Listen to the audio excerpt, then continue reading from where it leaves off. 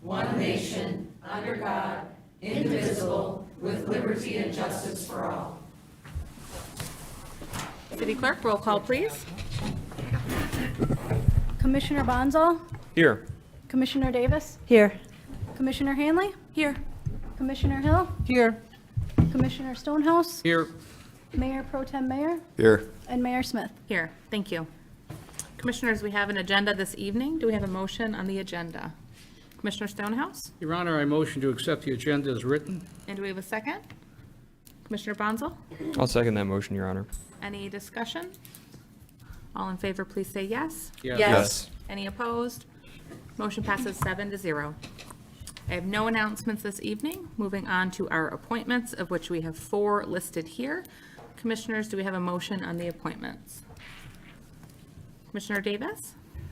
Your Honor, I move that we appoint Dallas Fetter to the Planning Commission for an unexpired term ending 2/15/25. I should put my glasses on. Daniel Torres for the Harbor Advisory Committee for an unexpired term ending 6/1/25. Christopher Jason to the Harbor Advisory Committee for an unexpired term ending 6/1/23. And Michael Potts to the Harbor Advisory Committee for an unexpired term ending 6/1/23. And do we have a second on that motion? Pro Tem Mayor? Second, Your Honor. Commissioner Davis, any discussion? Just thank you so much for being willing to serve. It's good to see that the Harbor Advisory Committee will be becoming more active again with more members.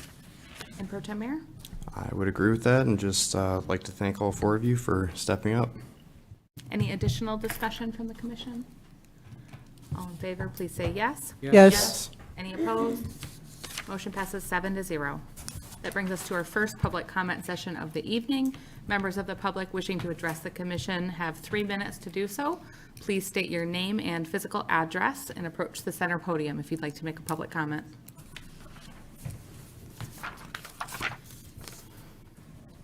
Barb Oudzai, 1324 North Front. I'm here tonight to advocate, oh, my timer's still not going yet. I'm here to advocate for budget considerations as it relates to safety of pedestrians. So, and when I say pedestrians, I mean anybody that's not in an enclosed vehicle. So anyway, the roads in the city were designed to move automobiles. Redesigning the roads in a way that would consider bike and pedestrian access and safety is cost prohibitive, but maybe in 5 years. Anyway, a prime example of a road that's designed poorly is, I always think of East Fair because that's where I live. It's wide open. It just calls for people to go fast on that road. There are a lot of unsafe streets and intersections as evidenced by the discussions we had, or you guys had at the budget meeting last week. Anyway, so an interesting little fact, and maybe you all know this, is that Michigan is the only state that doesn't contain crosswalk language in their vehicle code. Interesting, isn't that interesting? So the city did adopt the Uniform Traffic Code in 2002, and it's an attempt to regulate traffic and make it safer. The Uniform Traffic Code, though it includes crosswalk language, it doesn't actually regulate traffic for pedestrians. So in other words, vehicles have to yield to pedestrians who have safely entered an intersection. So it's basically kind of a like first come, first served type of thing. And there are times, and I'll give you some examples. If it weren't for the courtesy or the pity of drivers on the road, you could stand at an intersection for an awfully long time waiting for someone to allow you to cross. So the typical example I think of is like Lakeshore, and I'm going to give you a moment to pause so you can think about this. Lakeshore and Washington, right across from the restaurant there, busy summer day, people crossing to go to the restaurant or to the harbor. The Outback, I know this is once a year, but if you were at the Outback and trying to cross Lakeshore from Fair, you literally, you could stand there all day long and never have anybody stop and yield to you. There's all sorts of examples like Lakeshore and Holly Street, where the bike path crosses. So imagine, you've got people coming from Presque Isle, there's just been a concert, trying to cross that intersection unless someone, Wright Street at the bike path, or the multi-use path is another one, Genesee and Division, of course. So those are just some examples.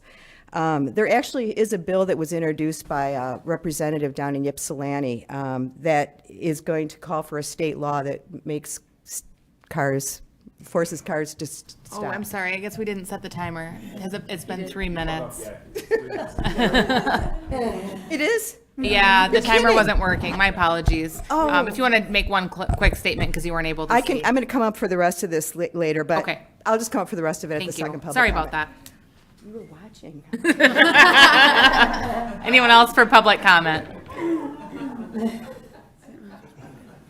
It just wasn't. It's all good.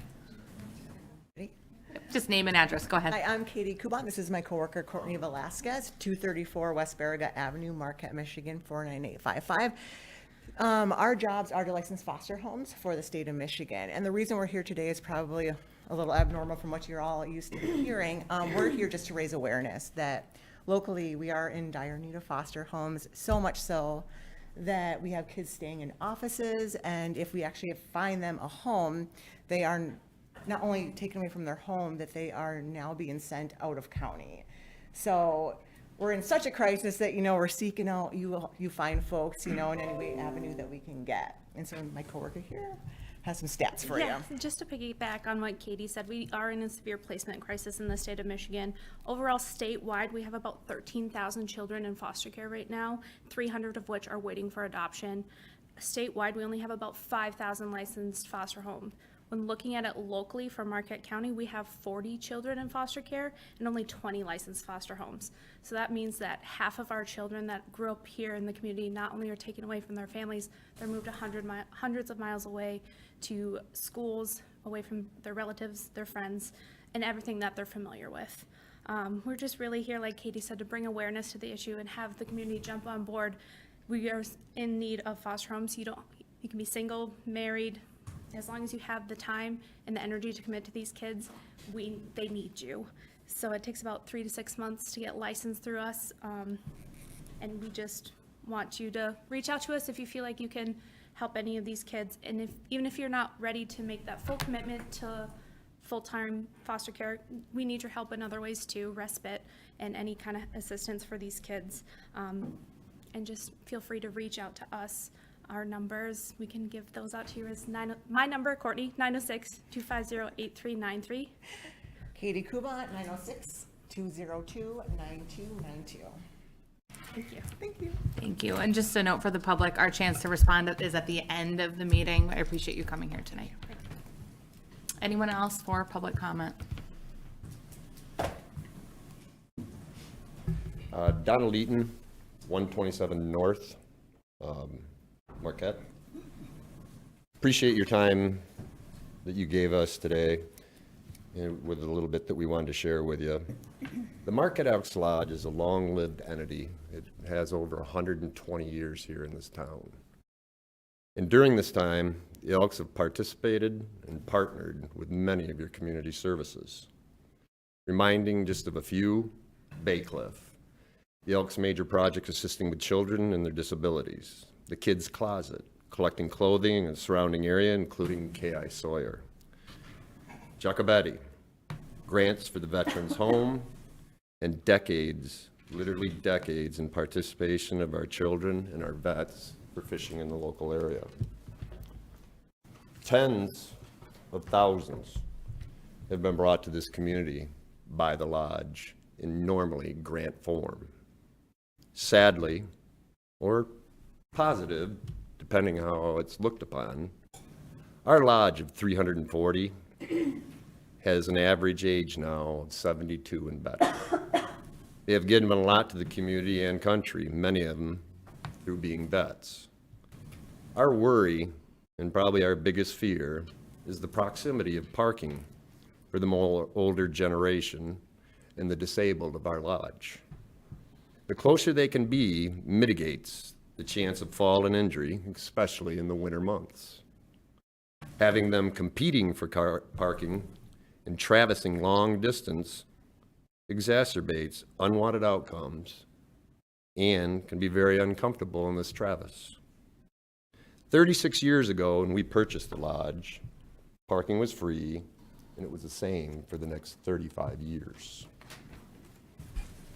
we are asking for 15 or so, or better, of marked parking spaces to our rear, or what you would call the west end. The cost of any signage, the lodge expects to bear. It is also understood that the approval of the signage would be up to the city and your planning commission. In addition, our lodge will not allow any and all members to use these said spaces. It will only be used for the most elderly and the handicapped. If you have any questions, we'll be looking forward to them, hopefully for a response. Again, I'd like to thank you for your attention and look forward to any of your consideration. Thank you. Thank you. Anyone else for public comment?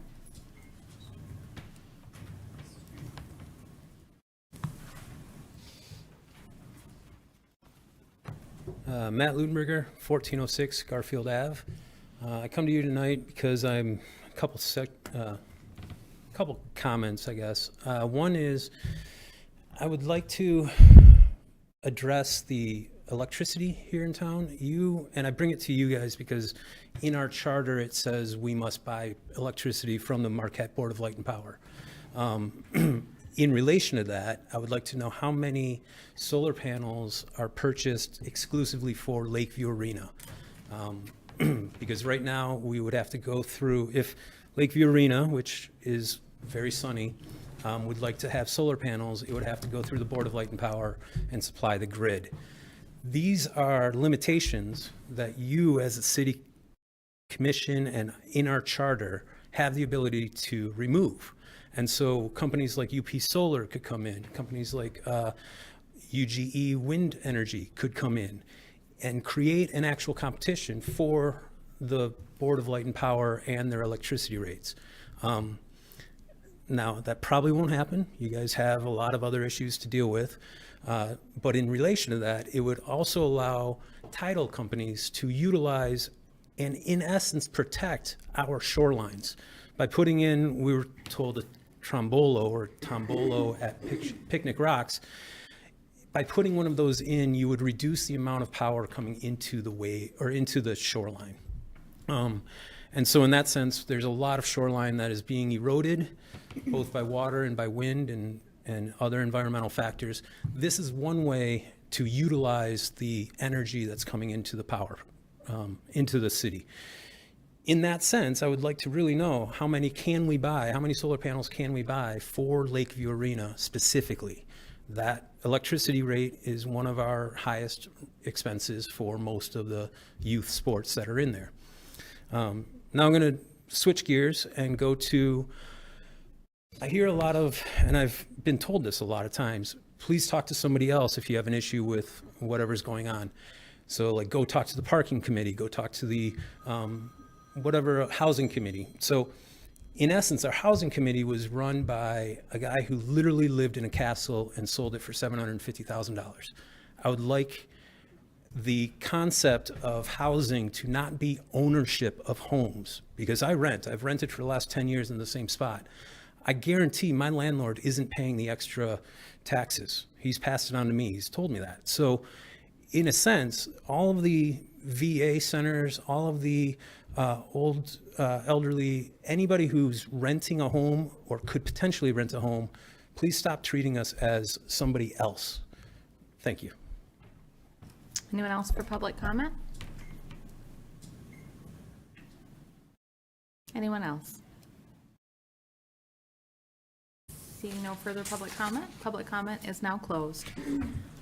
Up next, we have a presentation by Jeremy Ottaway, the Chair of the Board of Zoning Appeals. Jeremy, if you could join us at the side podium. Thank you for coming tonight. Thank you. Wait a minute for the technology to load here.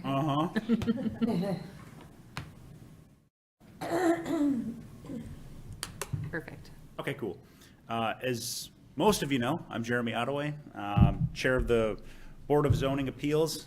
I think this is my fourth time giving this presentation to most of you, so you probably remember me from the past or in other dealings. Little background of what we do. Well, how about we start with who we are. a lot of these names are kind of the same. That's the issue with the Board of Zoning Appeals. See so many awesome faces in here tonight. If you're interested in planning, if you're interested in doing something to help your community, join the Board of Zoning Appeals. We have, I think, if I remember right from the first slide, 3 openings, and some of the members that have been on the board have been there for a long time.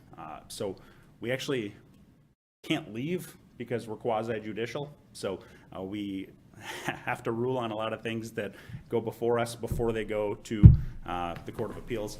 And because of that, we always have to make sure we have a quorum. So as you can see, we have members and we have a lot of alternates. So even if you only have time to be an alternate, let somebody know.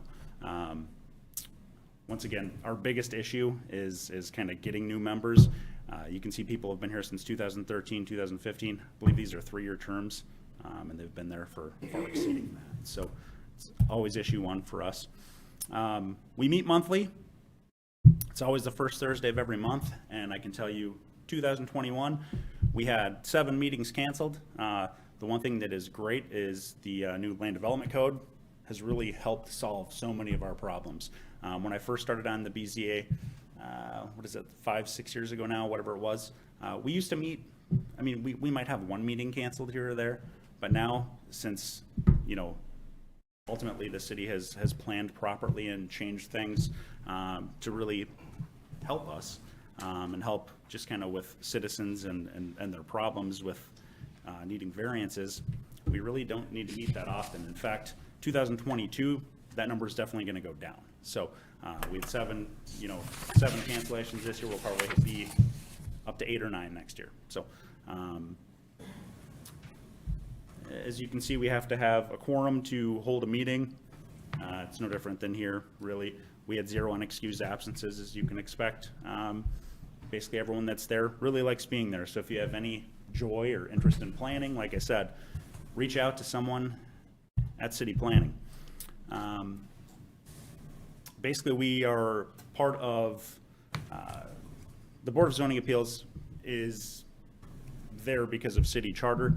As you can see, per Michigan Zoning Enabling Act of 2006, zoning ordinance shall create a zoning board of appeals. That's why we're there. This also comes in the LDC, which establishes our responsibilities for official interpretations of the LDC, appeals of administrative orders, which we rarely see. The number one thing we typically see are variance requests. So, for instance, for people maybe wondering what that is, our city lot lines in Marquette are very small, much smaller than new communities, for instance. So if somebody needs to build something, a garage or add a fence to their property, a lot of times, because the lot size is too small, they don't have the room to do that. So they have to ask for a variance. So that's why we're there.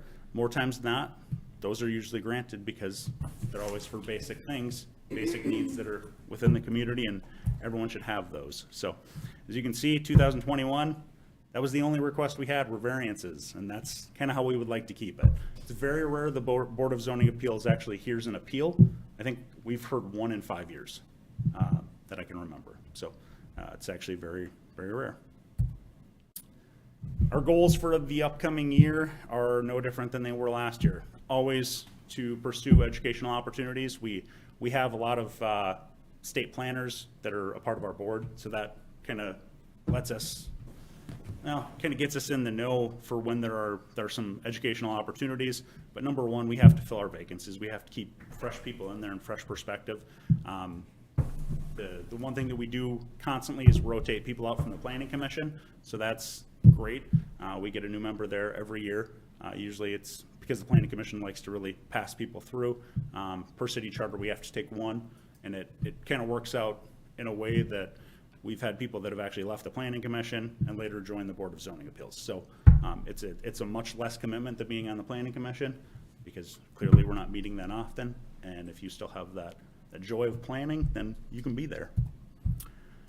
We thought of opportunities and ways we can actually attract people. Some of the things we've talked about, obviously, I think I've said it here every year, are stipends. We understand that there's budget issues with that. That's probably never realistically going to happen in the near future. But like anything else, if you can pay someone to show up, maybe they will. we have interest and opportunity to potentially give presentations to local service clubs, as well as contact NMU to see if there's any resident students that may be willing to join, or maybe they have some opportunities that we aren't aware of. That's basically about it. I think you guys all really have an understanding of what the BZA does.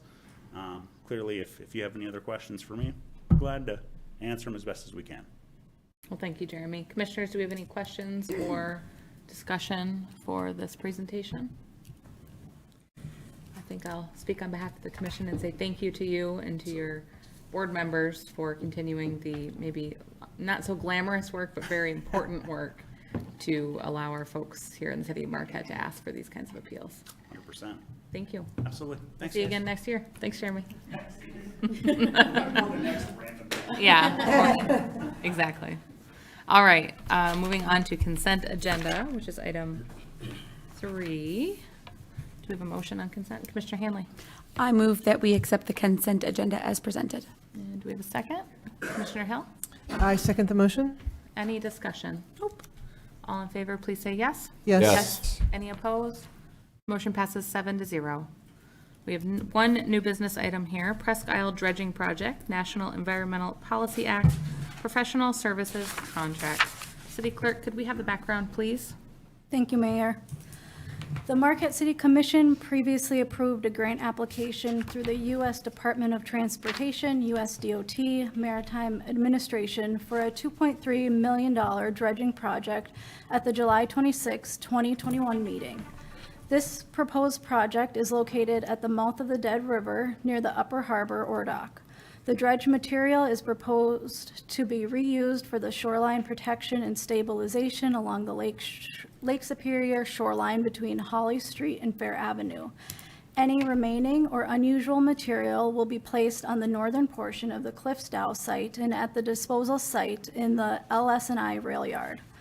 The city is partnering with Cliffs Natural Resources on this project, with Cliffs funding the required non-federal match portion. The U.S. DOT has tentatively awarded this grant to the city of Marquette. In order to initiate the grant agreement between the city of Marquette and the U.S. DOT, the dredging and potential reuse sites must be reviewed per the requirement of the National Environmental Policy Act, NEPA. Cliffs has agreed to cover the cost of this work. The city issued a request for proposals for the 2 major components of the NEPA work. This includes the environmental analysis, EA, and a site historic preservation office, SHPO, consultation. The city received 2 proposals for the EA work and 1 proposal for the SHPO work. This information is summarized below. SHPO proposals, GEI Consultants of Michigan, $31,358. EA proposals, GEI Consultants of Michigan, $56,956. SWCA Environmental Consultants, $97,190. Staff reviewed all proposals and recommends that GEI Consultants of Michigan be selected for both the EA and SHPO work based on price and the completeness of their proposal. Fiscal effect, none. Cliffs Natural Resources has agreed to reimburse the city for the cost of this work per the attached letter of understanding. Recommendation, approve the selection of GEI Consultants of Marquette, Michigan for professional services related to NEPA review work in the amount not to exceed $88,314 and authorize the mayor and city clerk to sign the contract. Alternatives as determined by the commission. Thank you, City Clerk. That was quite the background. Appreciate you. Commissioners, do we have a motion on this item? Commissioner Stonehouse? Your Honor, I motion to approve the selection GEI Consultants of Marquette, Michigan for professional services related to the NEPA review work in an amount not to exceed $88,314, and to authorize the mayor and clerk to sign the contract. And do we have a second? Commissioner Hill? I second the motion. Commissioner Stonehouse, any discussion?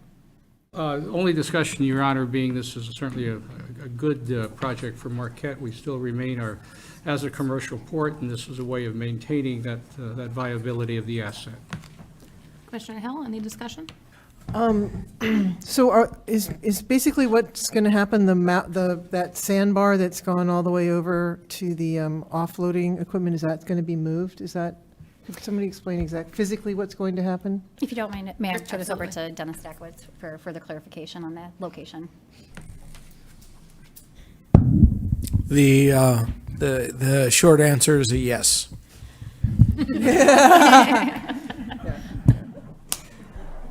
And so in terms of moving the sand, sand is notorious for wanting to go right back where it came from. So what's going to be done to ensure that doesn't happen again?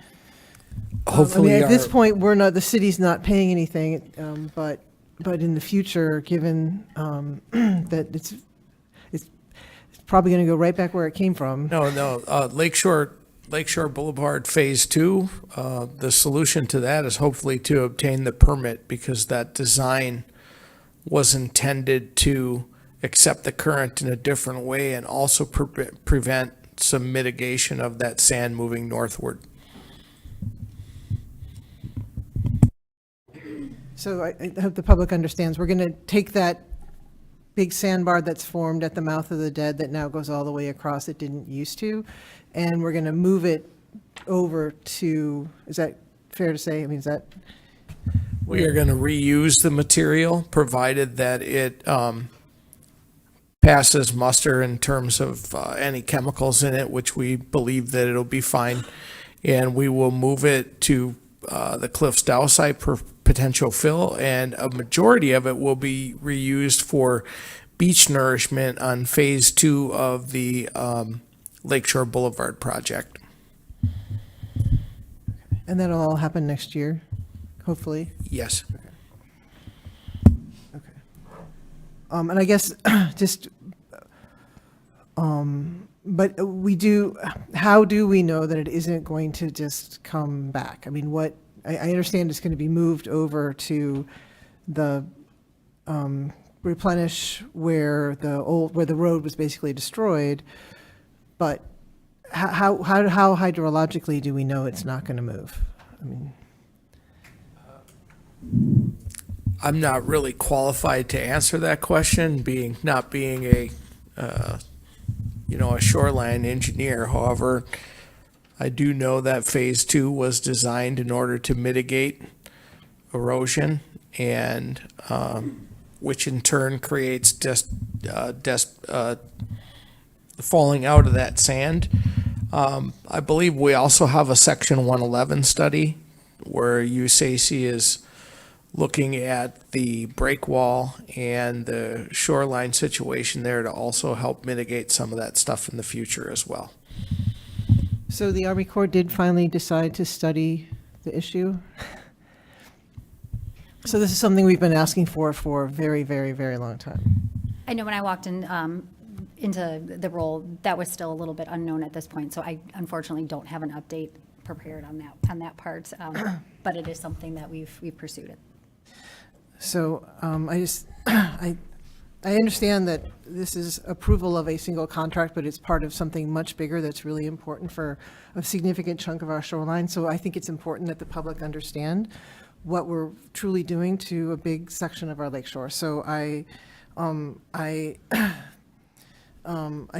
there's more materials in the budget packet, or the agenda packet for today. But I do think something of this level would rise to having at least a presentation of what was going to happen. So I know we didn't, I didn't mention this to you earlier.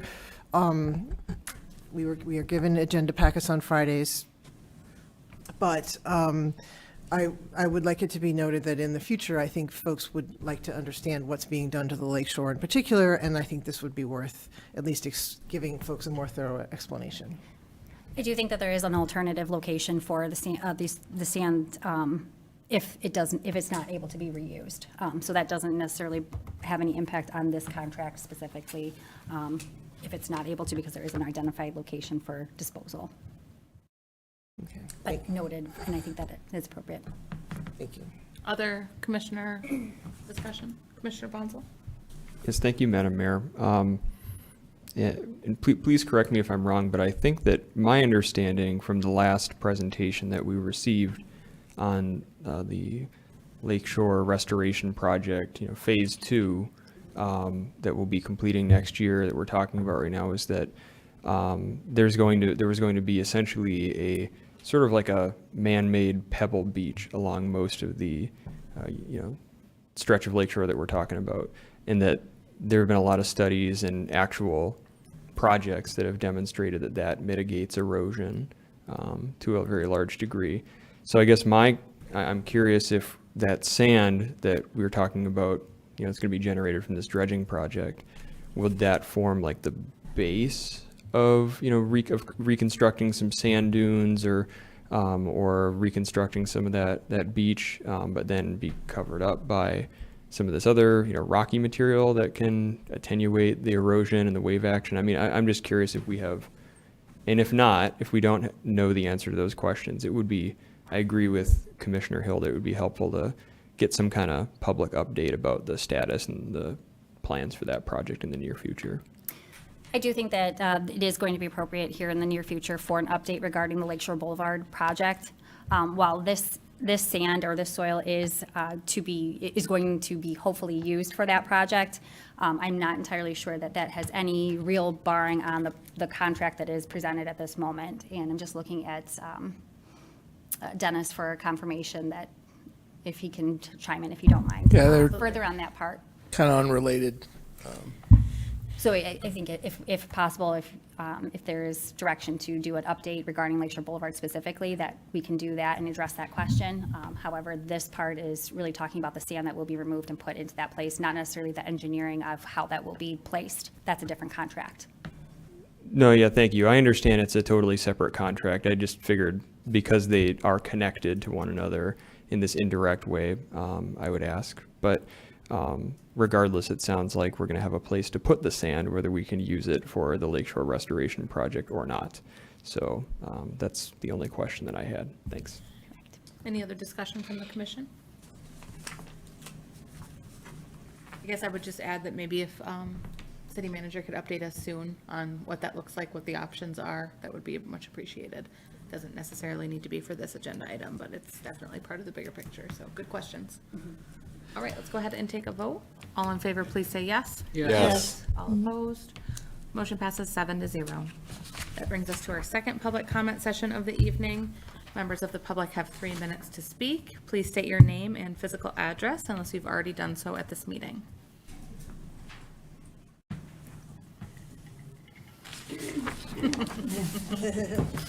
Barb Outside.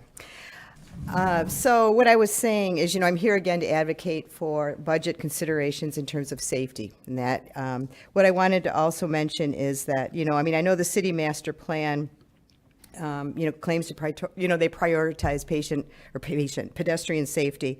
So a couple of the suggestions that I would have, or people might have, is, to complete the bike routes originally, designed, I think in 2013, because not only does this provide, a marked route for bikes, but also it visually changes the perception of the road. So, when you add 2 lanes to a wide road like Fair Avenue, visually it makes the road look narrower, and that just naturally can make people drive slower. I mean, a prime example of, driving down 3rd Street, you don't want to go fast down 3rd Street because it's so visually, uncomfortable.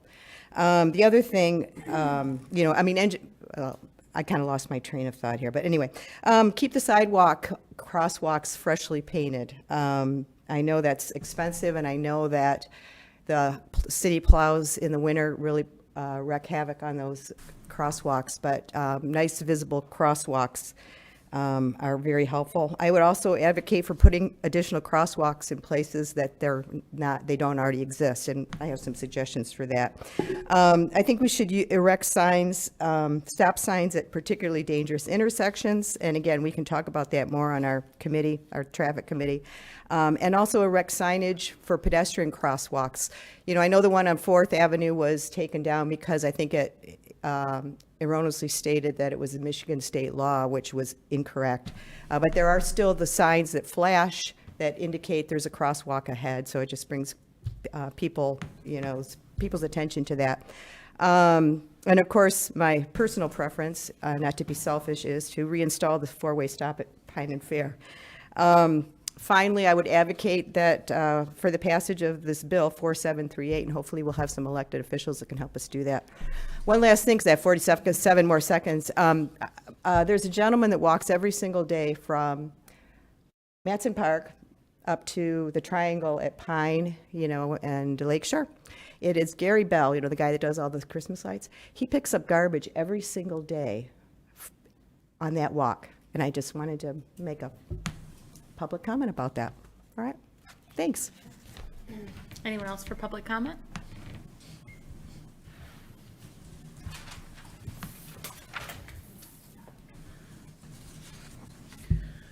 Margaret Brum, 404 East Magnetic Street. There's two very important dates coming up on the city calendar. The first one is Tuesday, September 6, 2022 at 6 p.m. Marquette City Planning Commission will be reviewing a request for a special land use permit for an applicant to build a hotel on Lakeshore Boulevard that will be located between Nestledown Bed and Breakfast and Stuga North Veterinary Practice. This will be the one and only public hearing on this subject, and the decision of the Planning Commission is final. It will not be reviewed by the City Commission. Therefore, any and all people interested in this matter are encouraged to attend this meeting and speak at public comment as to their interest in whether this project is permitted or not. If you cannot make it to the meeting, you can send an email comment to one of two people, and forgive me, I'm going to read this out for those people who are listening on the video. A. Landers, that's ALANDERS, at marquettemi.gov, or D. STENSAAS at marquettemi.gov. All public comment in written form must be received by Tuesday, September 6th at 12 p.m. in order to be considered. This is the one and only opportunity for the public to comment on this special land use permit. I would encourage everyone to come. It doesn't make any difference what you said on Facebook. They will not consider it. It will only be what is said in the room and what is received during that time. The second most important event coming up is on Saturday, September 10th, 2022 at the Marquette Peter White Public Library from 10 a.m. to 3 p.m.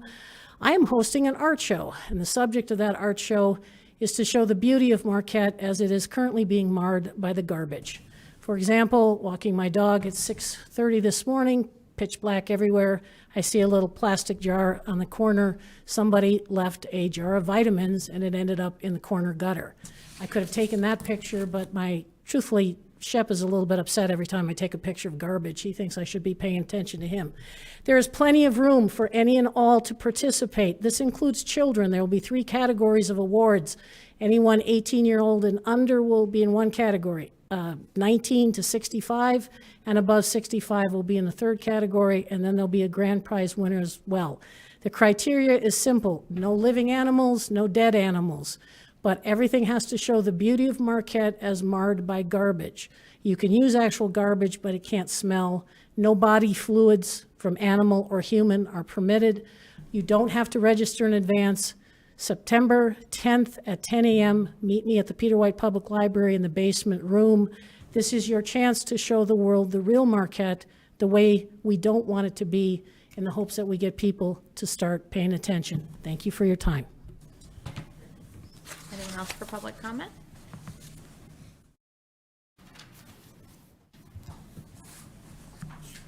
Pam Lorich, 910 West Bluff Street, Marquette. I'm president of the local Elks Lodge, and I'm here to support our member, Mr. Eaton, in his request for parking consideration for the Marquette Elks Lodge. If anybody here is unfamiliar where our building is, it's on the corner of Front and Bluff. We are immediately adjacent to the upper parking ramp, and since 1986, we've had parking available to our members. And that changed last year when it went to permit parking. It's been a challenge for us because, as Mr. Eaton stated, many of our members are older, some are infirm, they have difficulty getting around. The lower ramp presents difficulties with stairs, there's no elevator, and we're simply asking for consideration for the safety of our members who've done a lot to contribute not only to our community, but have served our country. And we'd like to keep the tradition of the Elks serving Marquette and keep our members safe while they're doing it. So we thank you for your consideration for any accommodations. We realize this comes under DDA, but they also are under your authority. So we thank you for your consideration. Anyone else for public comment?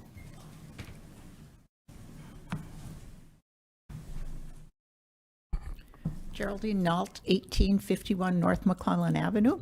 And I wanted to bring to people's attention that the Marquette City Fire Department received a nice grant from KBIC for, I believe, treadmills and stair steppers, which will keep them in top aerobic shape, which not only helps them, but helps whoever is benefiting by them being in top shape to fight the fire that they're out there for. And with the budget situation as it is, I think it's great that they're taking advantage of the grants that are available. And I believe they also got a $7,000 reduction on the cost of the equipment, which is great on top of that.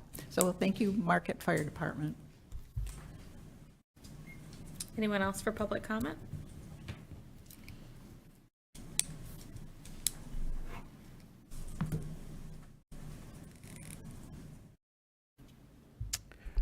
Hi, my name is Ethan Rayhorn, 1025 2nd Street. So my family and I have become recently much more aware and engaged on the subject of pedestrian safety in our community. This stems from an incident this past year where our son was struck in a crosswalk on his way to school. So obviously, although this has been a challenging situation, there was a specific element that has been very heartening, and that's what I'd like to address today. A little bit of brief background. In a neighborhood where my sister lives in Indiana, there was an incident in the last year where a classmate of my nephew's was struck and killed on her way to school.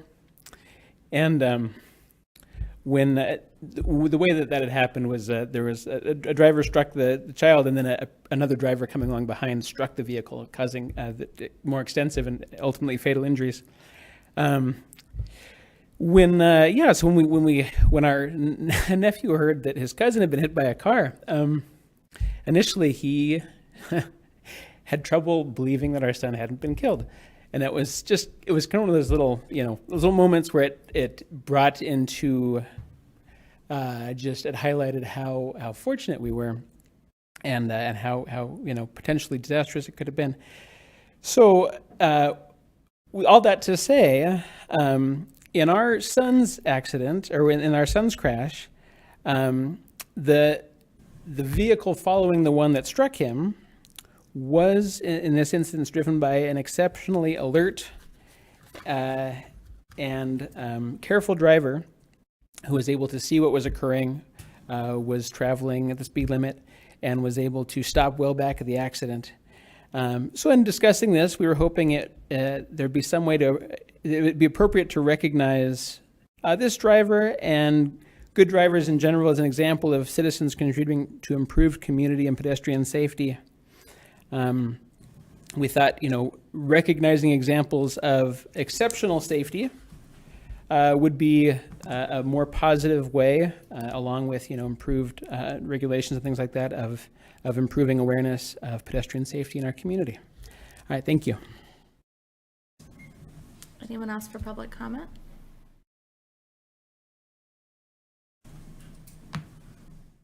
Anyone else? Seeing no further public comment is now closed. That brings us to comments from the commission. We'll start off with Commissioner Davis. Thank you, Your Honor. In this evening's consent agenda, we approved a contract for the artists that are painting at the Hurley Park basketball court. And I just want to acknowledge the Public Arts Committee or Commission that considered what kind of public art they wanted in this community, and they wanted to have art that engaged the community, particularly youth. And this mural on the basketball court certainly does that. It gives a real bright and shiny place for children, along with the Hurley Park that the Rotary Club has revitalized, to an area of the city that otherwise was not very attractive in terms of the playground. So thank you to the Public Arts Commission for that mural. And if you haven't met the artists, they're still there until Tuesday, and they're a lot of fun to talk to. Commissioner Hanley? Thank you. I don't have much tonight. I would just like to remind everyone that as we go back into the school season, we stop for buses and we watch for pedestrians as they're crossing the crosswalk on their way to and from school. Little children are our best thing that we have, and we want to keep them nice and safe in our town. I've seen many people passing buses when they have their lights on, and I know they just tightened the Michigan laws, but it's just a nice reminder to remember that these kids need to be able to get home safe. So, thank you. Pro Tem Mayor? Thank you, Your Honor. I only have a request for the city manager to maybe just briefly explain for the public's knowledge how the Planning Commission process works with the potential development and why the commission could potentially not see it in your comments. Thank you. Commissioner Hill? Thank you. I want to congratulate the folks who put on the Harbor Fest past weekend. It was a great event. The weather was fantastic. It was great to see everyone back in Matson Park. I think it went really, really well. And that's a fundraiser for our community. And then we have coming up the Blues Fest this coming weekend. And so, yeah, a lot happening downtown, and it's great to see folks back and enjoying our community. And welcome back to the NMU students as well.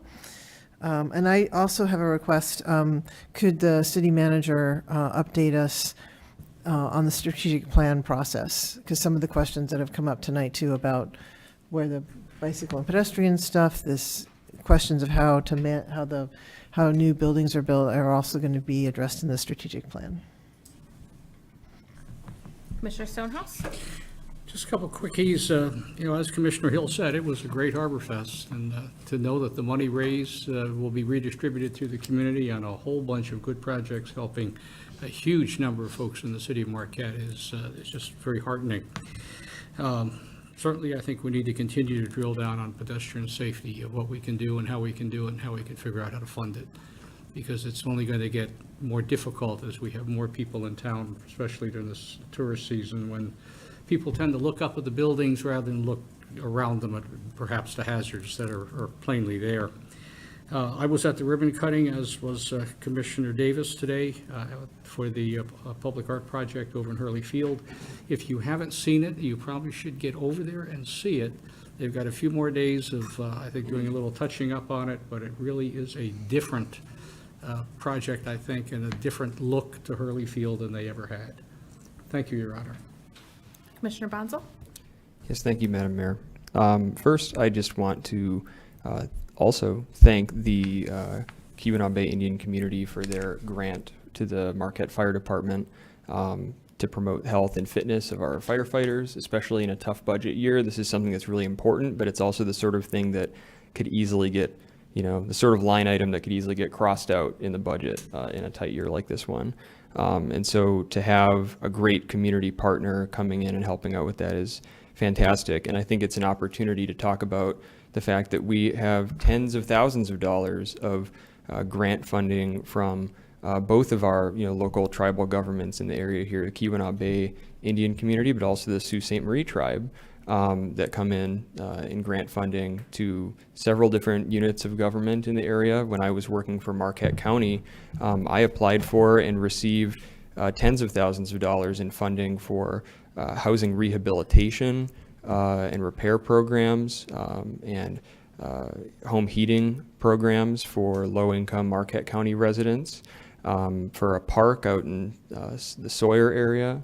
So these are the kind of things that that our tribal governments in the area are able to make happen in our community. And they often get little to no credit for it. So I think credit where credit is due. So a big thank you to the KBIC. With regards to the Hurley Park project, I was also really excited to see a nearly complete mural and playground project over there. Today I was also at that ribbon cutting and had an opportunity to talk to the artists and some of our local city staff and folks that were part of making that happen.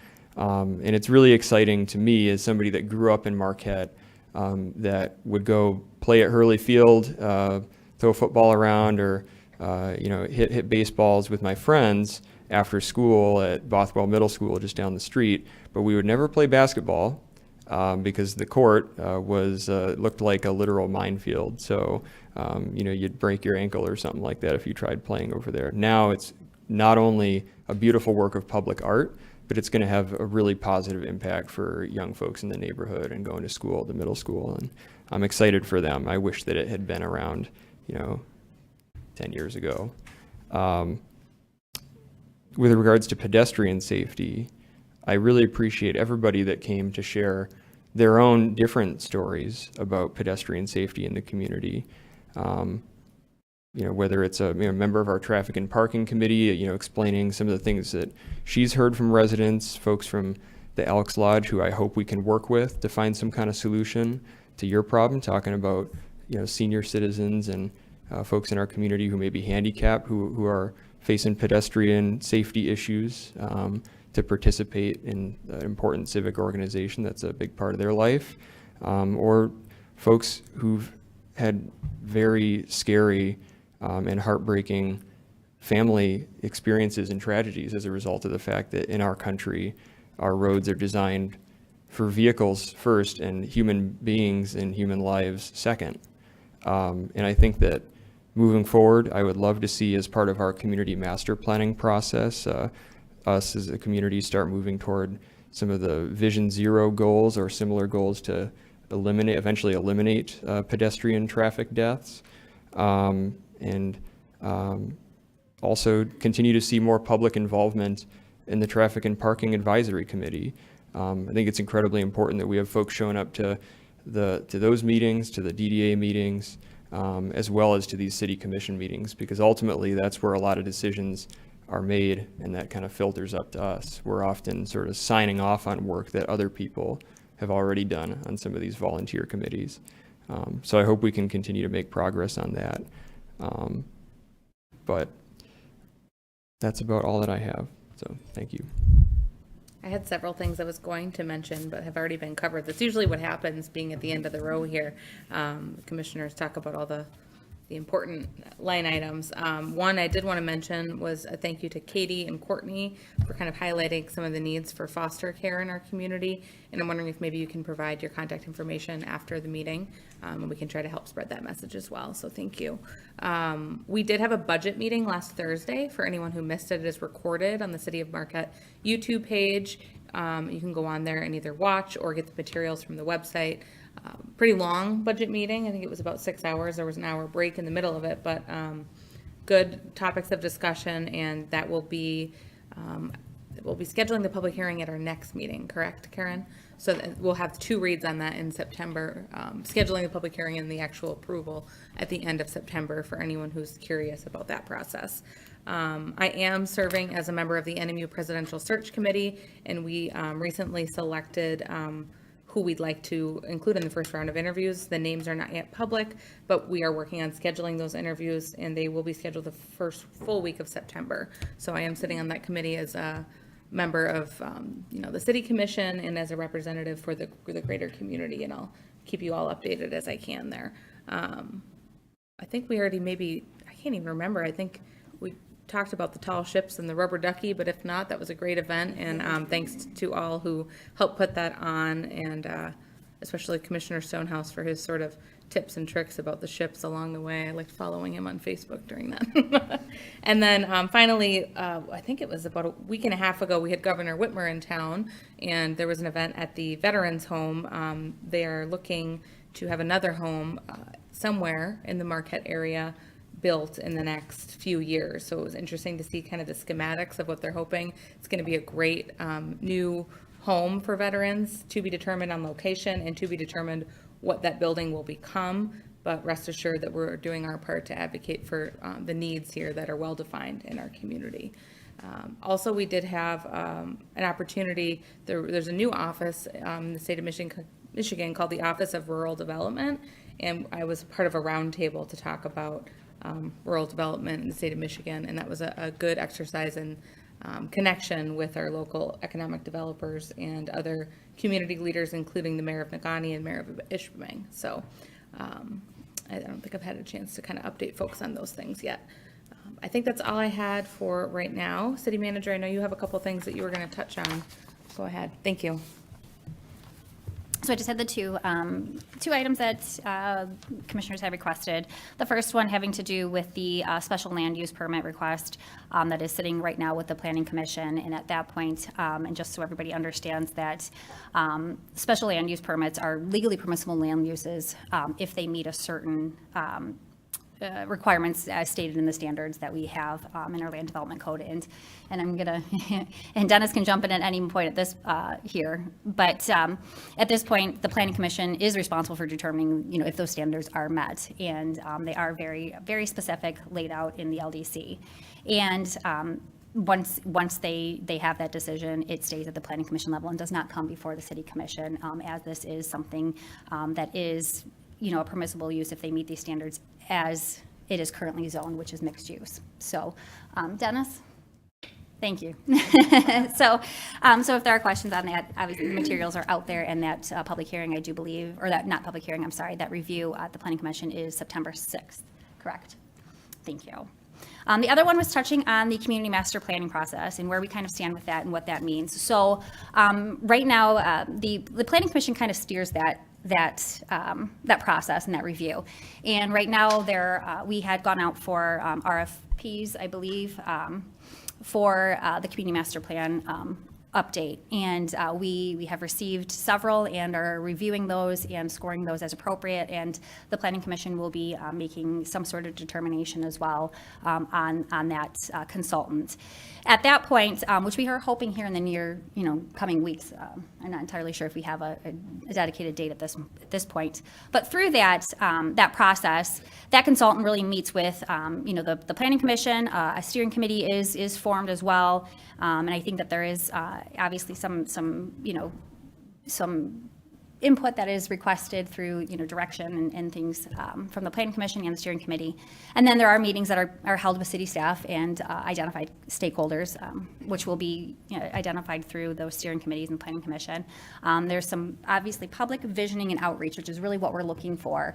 And there's an opportunity there to have interaction and public engagement and really gather some of that information and those needs and those wants, and then take that data, kind of interpret it and put out some information in a public presentation. So there are several steps to this, and I don't unfortunately have any idea on the timeline right now. That is something that the consultant is going to help us form.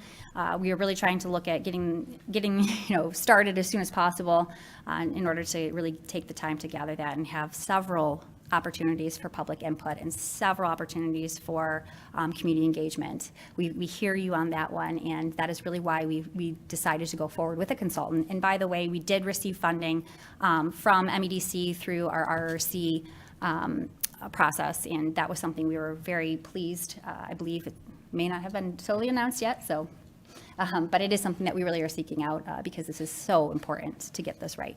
So I hope that helped clarify that.